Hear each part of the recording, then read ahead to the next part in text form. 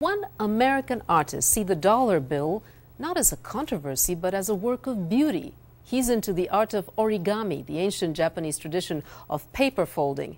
Its goal is to create an object out of a piece of paper. The rules are clear: no scissors, no glue, just your bare hands making all those folds and creases. Meet Juan Park. This Hawaiian artist has added an interesting twist to the origami tradition because of his most unusual choice of paper, the U.S. $1 bill. Here's Park at work, twisting, folding, bending, creasing. The dollar bill is transformed and a butterfly is born. Well, I spoke with Juan Park earlier, and I began our conversation by asking him how he became fascinated with the art of origami. I first started out because of my mother. When I was very young, she taught me how to do origami, and I started to learn from her first, and then as I got older, I kept going to libraries and getting origami books on my own to further my skill, to learn more, and then I just kept going on, and I never stopped. And why dollars? Oh, the dollar bills came about right about when I was a freshman in high school, and how that actually happened was I was in class one day and I wanted to fold something. I had no good paper to fold, so I took a dollar bill out of my wallet and I started folding it. And I realized that the dollar bill is a perfect folding medium. The paper is very resilient, it doesn't tear easily, and it's a great piece of paper to fold. The only problem with the dollar bill is that you only get one size in a dollar bill. So you're limited to what you can make with a dollar bill. So you really have to work that problem out. When trying to fold something new, you have to figure out how you're going to do it with this one size piece of paper. It's a real challenge. Well, I don't see any limitations because we were just showing some beautiful insects and animals that you've been able to make with a dollar bill. And I also wanted to show some other objects you're able to make, including some even tanks, airplanes, spaceships.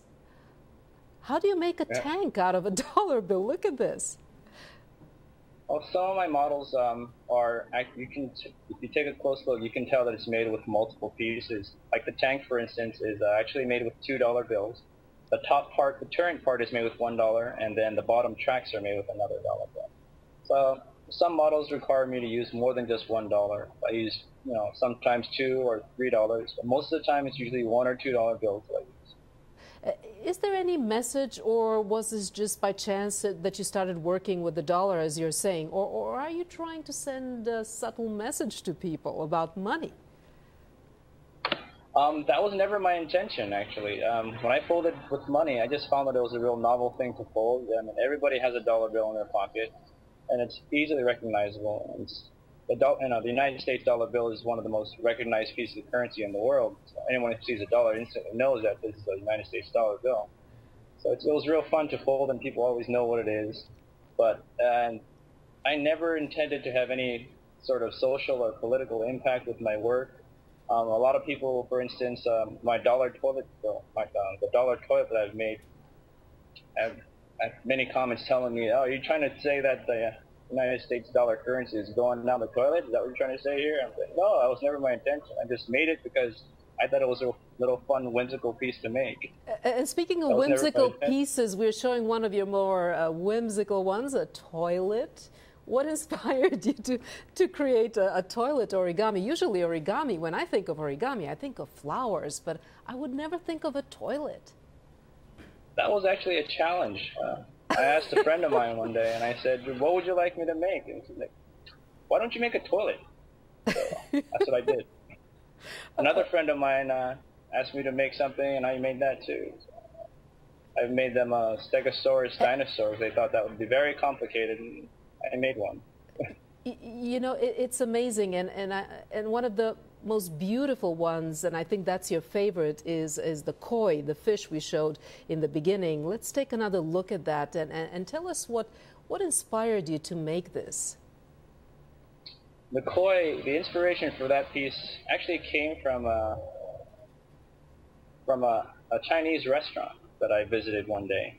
I was sitting in the Chinese restaurant, and on the wall, they had a really nice watercolor painting of koi's.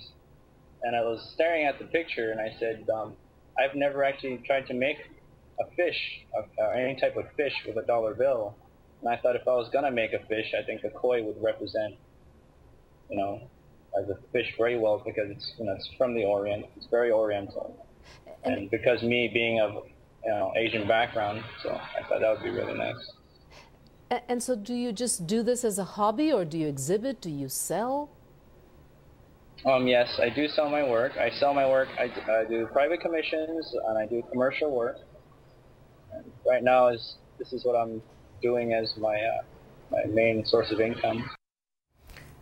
Well, Park told me that he was 3 years old when his parents immigrated to the United States from South Korea, and he grew up in Hawaii.